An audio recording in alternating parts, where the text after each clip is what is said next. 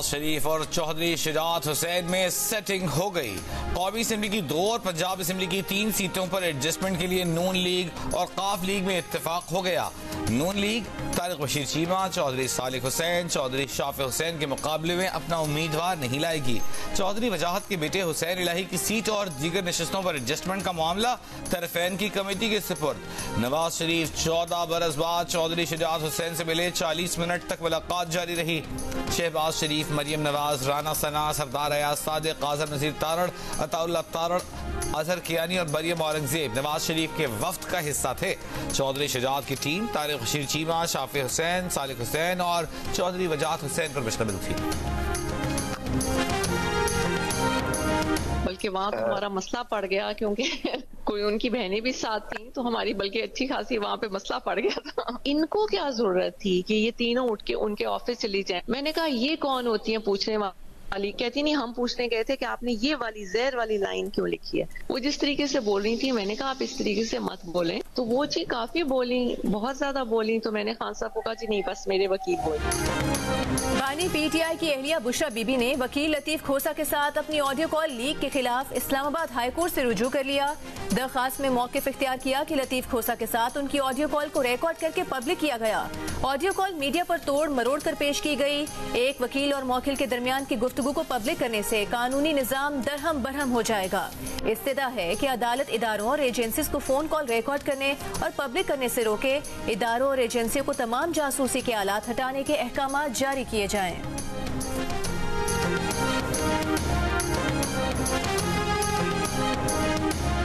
जज भी मारता था, उसकी बीवी और बच्चे भी तशद्दुद करते थे। इस्लामाबाद में जज के घर काम करने वाली तशद्दुद का शिकार कमसिन बच्ची रिजवाना का इंसाफ की फराहमी का मुतालबा। कहा कभी उसे गला दबाकर मारा जाता, कभी सर पर डंडे बरसाए जाते, उसे कभी किसी डॉक्टर या अस्पताल नहीं ले जाया गया। हालत खराब होने पर जज की बीवी उसे बस अड्डे तक छोड़ने आई। रिजवाना दूसरी जिंदगी मिलने पर खुश, अस्पताल से डिस्चार्ज चाइल्ड प्रोटेक्शन ब्यूरो ने तहवील में ले लिया।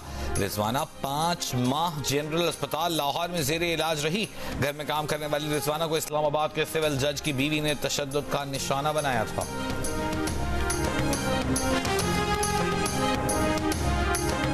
कमसिन रिजवाना तशद्दुद केस में सिविल जज आसिम हफीज को नौकरी से बर्खास्त करने की दरखास्त की इस्लामाबाद हाई कोर्ट में समाअत।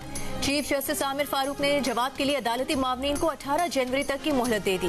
सिविल सोसाइटी की दरखास्त की समाअत में चीफ जस्टिस आमिर फारूक ने कहा कमसिन घरेलू मुलाजमीन पर तशद्दुद के कई केसेस सामने आए। इस्लामाबाद के 2 केसेस उजागर हुए। माजरत के साथ दोनों केसेस का ताल्लुक इस्लामाबाद की जुडिशरी से है। कमसिन फरिश्ता कत्ल केस में काफी चीजों को हाईलाइट किया है। कानून मौजूद है, अमल दरामद यकीनी बनाना है।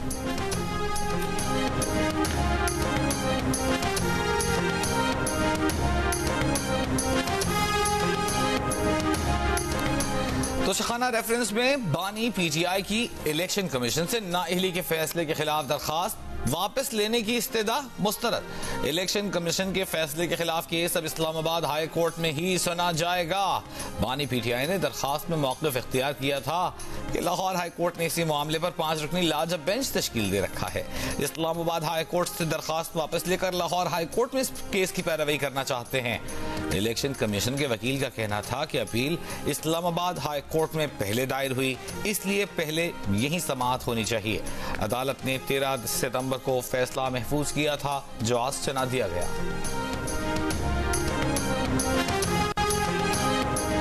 190 मिलियन पाउंड करप्शन केस में शहजाद अकबर, फहद शहजादी, जुल्फी बुखारी और जियाउल मुस्तफा नसीम को इश्तिहारी करार देने की कार्रवाई शुरू कर दी गई। मुल्जिमान तलबी के बावजूद पेश न हुए। एहतसाब अदालत की अडियाला जेल में होने वाली समाअत में 190 मिलियन पाउंड रेफरेंस और तोशा खाना केस में बुशरा बीबी की अबूरी जमानत में 13 दिसंबर तक तौसी। बानी पीटीआई की दरखास्त जमानत पर भी समाअत 13 दिसंबर तक मुलतवी। मीडिया से गुफ्तगू में बानी पीटीआई के वकील लतीफ खोसा ने कहा 190 मिलियन पाउंड से बानी पीटीआई और बुशरा बीबी का लेना देना नहीं था। केस में पूरी काबीना को बुलाया जाना चाहिए।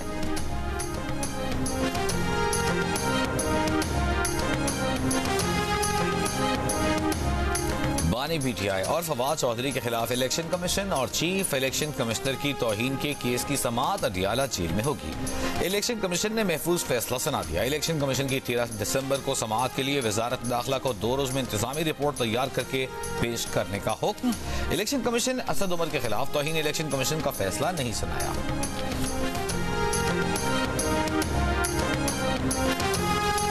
जस्टिस मज़ाहिर नकवी के खिलाफ शिकायत सुनने वाली सुप्रीम जुडिशल काउंसिल में जस्टिस एजाजुल एहसन की जगह दूसरे सीनियर जज को शामिल किया जाए। मियां दाऊद एडवोकेट ने सुप्रीम कोर्ट में दरखास्त दायर कर दी। दरखास्त में कहा गया है कि शो कॉज नोटिस में जस्टिस मज़ाहिर नकवी से 3 ऑडियो लीक्स के बारे में सवाल किया गया है। तीनों ऑडियो लीक्स मुकदमात की फिक्सिंग और गुलाम महमूद डोगर केस से मुतालिक हैं। जस्टिस एजाजुल एहसन उस बेंच का हिस्सा थे जिसने गुलाम महमूद डोगर केस सुना। कानूनी और उसूली तौर पर गुलाम महमूद डोगर का मुकदमा सुनने वाला कोई जज जुडिशल काउंसिल का मेंबर नहीं रह सकता। जस्टिस एजाजुल एहसन का सुप्रीम जुडिशल काउंसिल में मेंबर रहना आइन और शफाफियत के उसूल के खिलाफ है। शिकायत कुनंदा और अवाम को ये तासुर है कि जस्टिस एजाजुल एहसन काउंसिल में इंसाफ के तकाजे पूरे नहीं कर सकेंगे। जस्टिस मज़ाहिर को शोकस जारी करने से 2 बार इख्तिलाफ जानिबदारी को मजीद मजबूत करता है।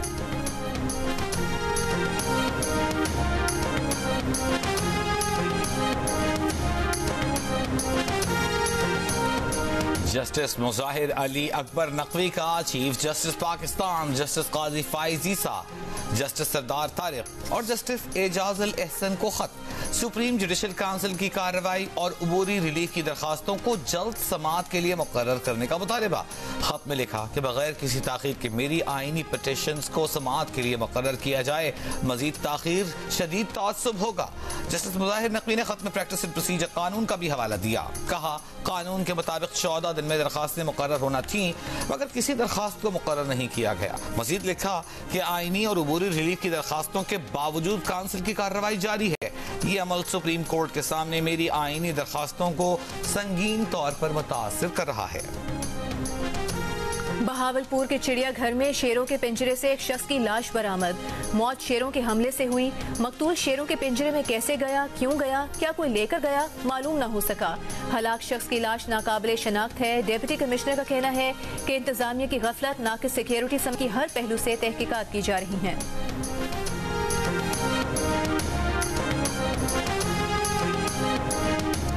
नवाज शरीफ और पार्टी सदर शहबाज शरीफ की ज़ेर सदारत पाकिस्तान मुस्लिम लीग नून के पार्लिमानी बोर्ड के इजलास में बलूचिस्तान से नून लीग के उम्मीदवारों पर गौर। एहसन इकबाल ने कहा 2013 ta 18 बलूचिस्तान में रिकॉर्ड यूनिवर्सिटियां बनाई गईं। हर बार मुस्लिम लीग नून की हुकूमत को तोड़ा जाता रहा, मुद्दत मुकम्मल न करने दी गई, जिससे बलूचिस्तान के तरक्याती मंसूबे अधूरे रहे। फंड्स न होने से पसमानदगी में इजाफा हुआ।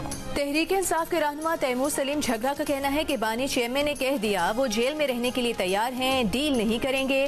पेशावर में वर्कर्स कन्वेंशन से खिताब में कहा कि लंदन से आने वाला लाडला भूल गया कि पाकिस्तान बदल चुका है। लंदन फॉर्मूले की सियासत नहीं चलेगी। मुल्क भर में PTI इंतखाबात में कामयाबी हासिल करेगी। शेर अफजल मरवत बोले अदालतों में नवाज शरीफ को टनों के हिसाब से रिलीफ दिया जा रहा है। जमहूर और कानून की बालादस्ती ना चाहने वालों को हमसे खतरा है।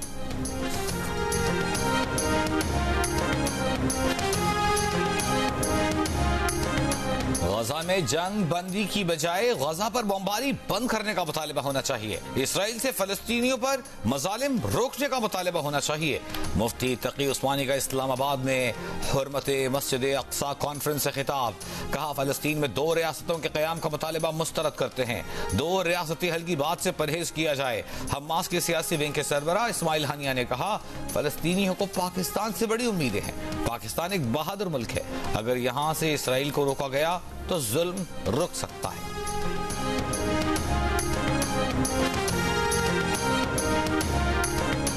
दो रियासती हल को तस्लीम करना तश्कील पाकिस्तान के मकासद से इन्हिराफ होगा। उम्मत हुक्मरानों को इसराइल को तस्लीम करने की इजाजत नहीं देगी। मौलाना फजल रहमान का हुर्मत अक्सा कॉन्फ्रेंस से खिताब। अमीर जमात इस्लामी सिराजुल हक ने कहा कि हिरोशिमा और नागासाकी से ज्यादा बारूद गजा पर इस्तेमाल किया गया। हुर्मत अक्सा कॉन्फ्रेंस से खिताब में कहा कि फलस्तीनियों के कत्ल-ए-आम में जितना हाथ अमरीका इसराइल का है उतना ही खामोश मुस्लिम हुक्मरानों का है। प्रोफेसर साजिद मीर बोले फलस्तीन का मसला कश्मीर के मसले की तरह भुलाया जा चुका है। अब सिफारती कोशिशों से मजीद आगे बढ़कर काम करने की जरूरत है।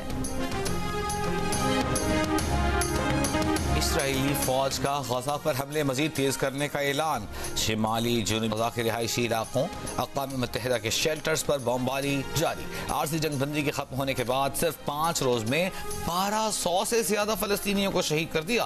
खान यूनिस का मुहासरा, रफ़ा की जानिब जाने वाले फलस्तीनियों पर हमले, गजा की सुरंगों में पानी छोड़ दिया, फलस्तीनी मुज़ाहिमतकारों से शदीद झड़पें। इसराइली फौज की जमीनी ऑपरेशन में मजीद 2 इसराइली फौजियों की हलाकत की तस्दीक। अल-क़िसाम ब्रिगेड के खान यूनिस में इसराइली फौजियों और टैंकों पर रॉकेट हमले, 10 इसराइली फौजी हलाक, 24 इसराइली टैंक तबाह कर दिए। अमरीकी अखबार का कहना है कि गजा पर हमले जनवरी में भी जारी रह सकते हैं।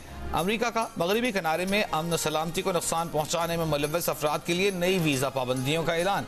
जापानी वजीर आजम फोमियो कशीदा का इसराइली वजीर आजम को टेलीफोन।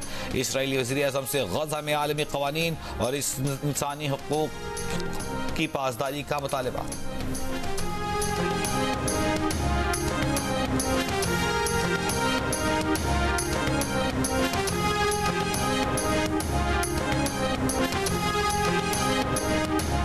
तुर्की में हमास के अरकान को निशाना बनाने की कोशिश की तो इसराइल को भारी कीमत चुकाना पड़ेगी। तुर्क सदर रजब तैयब एर्दोगान ने खबरदार कर दिया, कहा हमास अपनी सरजमीन के तहफ़्फ़ुज़ के लिए लड़ने वाला मुज़ाहमती ग्रुप है। गजा के लिए इसराइली बफर जोन मंसूबे पर बहस करना भी फलस्तीनियों की बेइज्जती है। तुर्की इसराइल के गजा में बफर जोन के क़याम के मंसूबे को मुस्तरद करता है। गजा के मुस्तकबिल का फैसला फलस्तीनी ही करेंगे। इसराइल को मकबूजा इलाके वापस करना होंगे।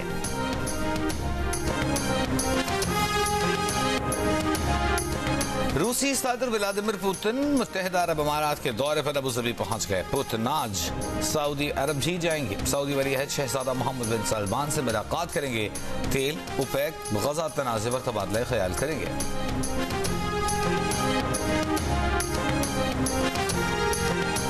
निगरान वज़ीर आज़म अनवारुल हक काकड़ की ज़ेर सदारत इंसदादे पोलियो टास्क फोर्स का जायजा इजलास। अनवारुल हक काकड़ का रिपोर्ट होने वाले हालिया पोलियो केसेस पर तशवीश का इजहार। कहा दुनिया से पोलियो का खात्मा हो चुका, लम्हा फिक्रिया है कि पाकिस्तान और अफगानिस्तान में पोलियो वायरस अब भी मौजूद है। निगरान वज़ीर आज़म ने हिदायत की कि इंसदादे पोलियो से मुतालिक अगले साल का हंगामी प्लान तैयार किया जाए।